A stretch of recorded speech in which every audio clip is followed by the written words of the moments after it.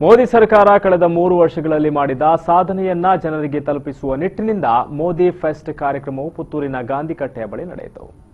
ಈ ವೇಳೆ ಮಾತನಾಡಿದ ಬಿಜೆಪಿ ಜಿಲ್ಲಾಧ್ಯಕ್ಷ ಸಂಜೀವ ಮಠಂದೂರು, ಇದು ಪಕ್ಷದ ಸಾಧನಾ ಸಮಾವೇಶ ಅಲ್ಲ, ಬದಲಾಗಿ ದೇಶದ ಪ್ರಗತಿಯ ನಿಟ್ಟಿನಲ್ಲಿ ಮೋದಿ ಸರ್ಕಾರ ಕೈಗೊಂಡ ಕಾರ್ಯಕ್ರಮಗಳ ಮಾಹಿತಿ ನೀಡುವ ಕಾರ್ಯಕ್ರಮವಾಗಿದೆ ಎಂದರು.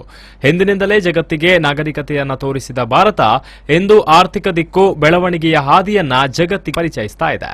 ಈ ಮೂಲಕ ದೇಶದ 125 ಕೋಟಿ ಜನತೆಯ ಘನತೆಯನ್ನ ಎತ್ತಿ ಹಿಡಿದಿದೆ ಎಂದು ಹೇಳಿದರು. ಮೋದಿ ಫೆಸ್ಟ್ ಇದು ಸಾಧನಾ ಸಮಾವೇಶ ಅಲ್ಲ.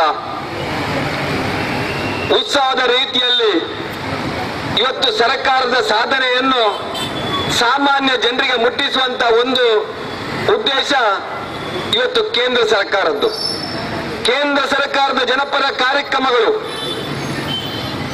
ಕಟ್ಟಕಡೆ ವ್ಯಕ್ತಿಯನ್ನು ಉದ್ದೇಶ ಇಟ್ಟುಕೊಂಡು ಇಟ್ಟಂತಹ ಕಾರ್ಯಕ್ರಮಗಳು ಇಡೀ ದೇಶದ 125 ಕೋಟಿ ಜನರನ್ನು ಮುಟ್ಟುವಂತ 10 ಹಲವು ಯೋಜನೆಗಳು.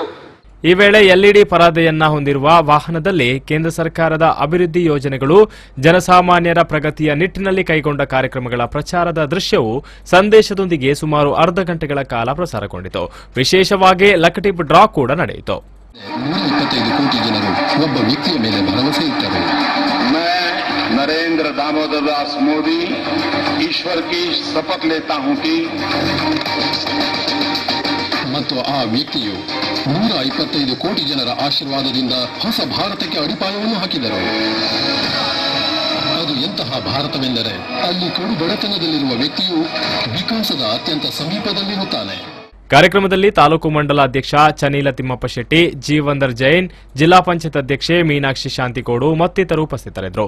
ಅನೇಶ್, ವಿ4 ನ್ಯೂಸ್, ಪುತ್ತೂರು.